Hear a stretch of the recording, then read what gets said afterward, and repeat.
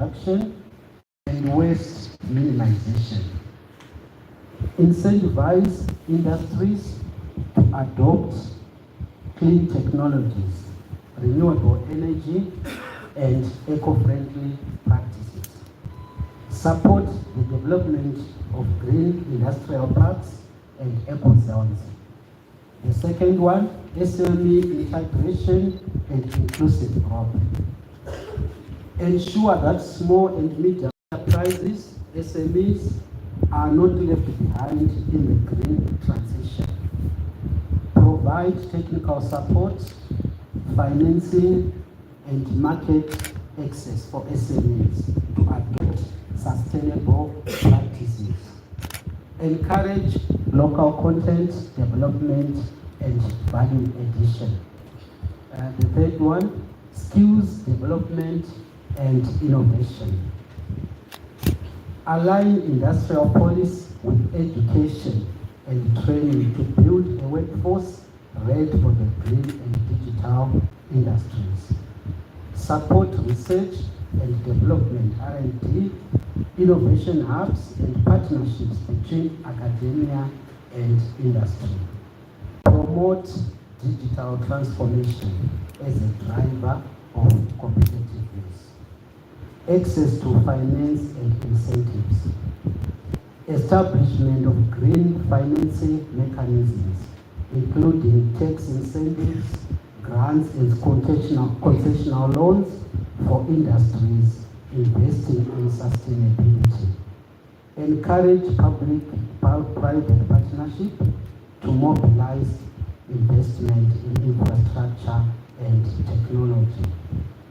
Policy coherence and implementation capacity. Ensure alignment between ZNIDP2 and other national strategies, e.g. climate policy, trade policy, and Vision 2030. Strengthen institutional capacity for policy implementation, monitoring, and evaluation. Foster stakeholder engagement and continuous dialogue with the private sector. In conclusion, ZNIDP2 must be more than a document.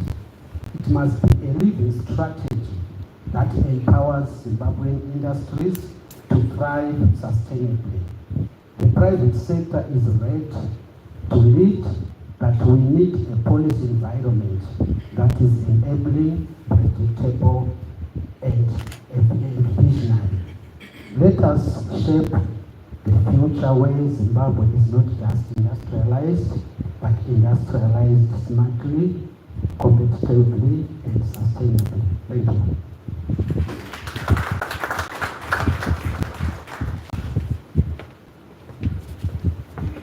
Thank you, Mr. Makore. Ndakubata pekuti policy kana yapo implement it should not be left to the cabinet kuti ingogather dust, but let us implement the document that we come up with. So I think we are taking note of that.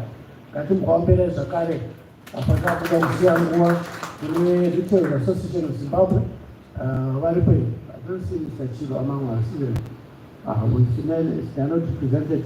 Informal sector, informal traders, come on. Thank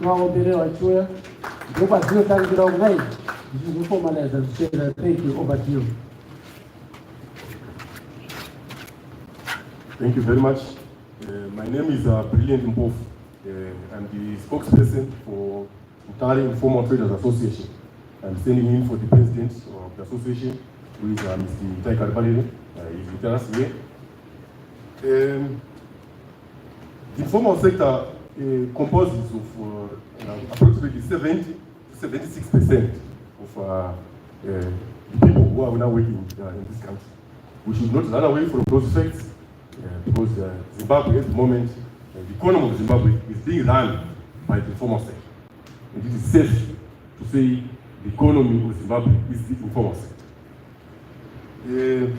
The policy document that we are sitting here to discuss as far as the informal sector is concerned, because we lead a group of people from about 6,000 to 8,000 informal sector in this city of Mutare. Now, what we propose as an informal sector for this policy to focus on is that we need finance, we need microfinance, access to microfinances. Our people, they need loans, they also need money to start their businesses. So we want this policy document also to focus on how the vendors can also get finance. Secondly, we also need business development services to be included in this program. We want it to offer training to our people, mentorship, financial training services, good governance issues. We need transparency, we need accountability. We start from there, from the informal sector. We also need this policy document to look at market access and linkages, because we want to be able to access other businesses in the formal markets, so that we also are part and parcel of the supply chain and value chains. Fifthly, we also need skills development and training for this policy document to work well.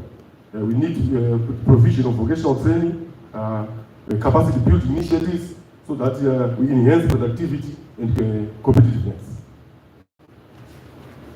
The policy document that has been presented by the doctor, I'm happy, he spoke of inclusivity in that document. We need this document to speak to how our women are going to be involved in this economic, in this policy document. So we want the policies to support women's economic empowerment and other vulnerable groups, including people living with disabilities and other people who are marginalized in society. We also need, as informal sector,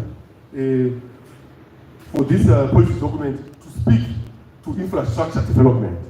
Because if you go into town, everywhere you go there, you see the informal sectors where they are working. There are no toilets, there are no proper roads, there are no sheds, and all those things. So we need this policy document to speak to infrastructure development, so that we have better facilities, cloakrooms, we have eating houses, we also need electricity, we need water. All those things, they need to be set up for this policy document to be functional.